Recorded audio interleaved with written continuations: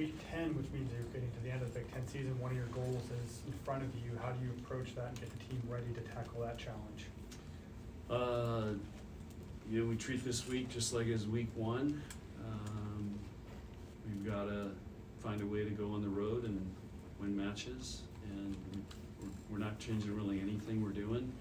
The schedule will be different because of Thanksgiving a little bit, but there's nothing different. Just prepare, try to get them as rested as we can, and keep them sharp, and go play. Did Lindsay arrange for a Thanksgiving feast here, or are you doing that in Penn State? We're having one here tomorrow night because we travel Thursday, so we practice there. Don't get too much turkey that close to a match, I imagine. I know. That's one good advantage of going on the road. So, yeah. But the problem is, we're trying, try to get food on Thursday because when we get there and stuff, and dinner, nothing's open. So there's some challenges with that. What kind of feedback are you getting from the players about if they're fatigued, how their bodies are holding up through this season? It's just the time of year. I mean, there's just a lot of aches, little aches and pains, and fortunately, I mean, we've been, last few weeks, we've had a lot of people that have been sick sick with stuff, coughing, that stuff, and I feel like today I didn't really hear anybody coughing, so hopefully that's a positive.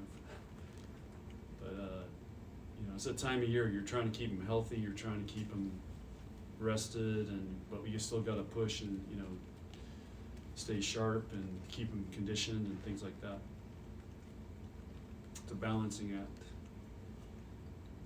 Are there any ways that it looks like Maggie Mendelson has benefited from just getting reps and being able to play in matches? Well, I think the biggest thing is she's not playing basketball, so she's committed full time to volleyball, and that's we knew when she came here. At some point she was going to make a decision, and when she decided to go full-time volleyball or full-time basketball, that's where she would probably really shine. And remember, she was a year early when she got here too, a year younger. So I just think you're seeing what we all thought she could do, and she's getting great opportunity. She's got a great setter setting her. She's doing a nice job. What do you think of what Katie's been able to do with leading Penn State to where they are, and also dealing with her cancer treatment? Yeah, I mean, I have a lot of respect for what she's doing, and again, I can't imagine, balancing all that, coaching. I mean, it's tough, but she's tough. She was a tough player, and she's shown a lot of toughness and determination, and she's probably very, very inspirational for her, her team to see that. You're getting big crowds on the road at places that don't always get big crowds. SMU, Northwestern Oregon. What are all the combination of things about this team that you think is leading to those big crowds? You guys heard Maryland that we're moving in the big basketball arena. It's over 8,000 seat tickets now. I mean, they didn't. I don't know. It blows my mind. Like I said, I think we hold every attendance record now at every school we visited this year. They're pretty much all sold out, or broke a record. So I don't know. It's people are in love with volleyball right now, and I think again it goes back to this. I think a stadium match a year ago. Everybody knows about Nebraska volleyball because of that. So these places we're going. Whether they're Husker fans or just volleyball fans or youth sports kids that saw that stadium match and have seen us play. We're on TV a lot. We've been on NBC, ABC, ESPN, Big Ten Network. So I just think we've got all this exposure now as, you're seeing the result of that. People want to go see us play and see volleyball. Were there any that surprised? I mean, you've seen Nebraska fans for 20 years on the road, but this year, were there any of them that still surprised you? Yeah. Which one? The Oregon, we had a lot. Northwestern, I wasn't so surprised because we always have a big turnout in the Chicago area. And what was our,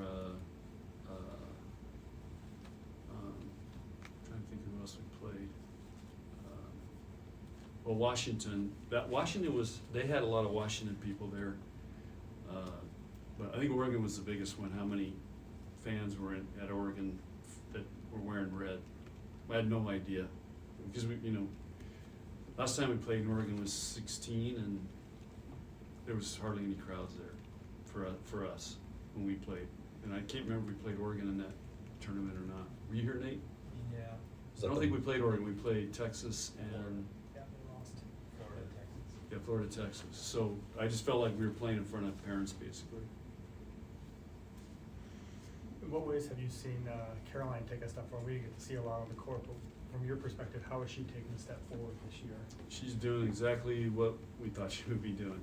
She's hits the ball hard. She's a great competitor, and she's playing the role that we envisioned her playing. After Merritt, that's why we tried to redshirt her, or did redshirt her. What was your reaction to seeing 3 of your players drafted in the PVF draft yesterday? I saw Sheffield's comments, and the first thing I'm thinking, why the heck are we doing this during the season? But again, I think it's first time. They're gonna probably get some feedback to move the date, so it's not during the season. But I think it's great for those guys. They kind of know now. We got this week. We got a tournament, Christmas, and then they've got to plan what they're doing, because I think those guys really weren't sure. And now I think in some ways it's good, because now they know what they're gonna do, and not wait till after our season and it's, Christmas, and what are we doing? Do I move out? Where am I going? And so now I think they've got some clarity in that, and I think they've handled it really well. And they're older, so this was our younger players, and I can see that as a big distraction. But these guys are older. They're in a master's program. They've already played 4 years, or like Layla's in her 5th year.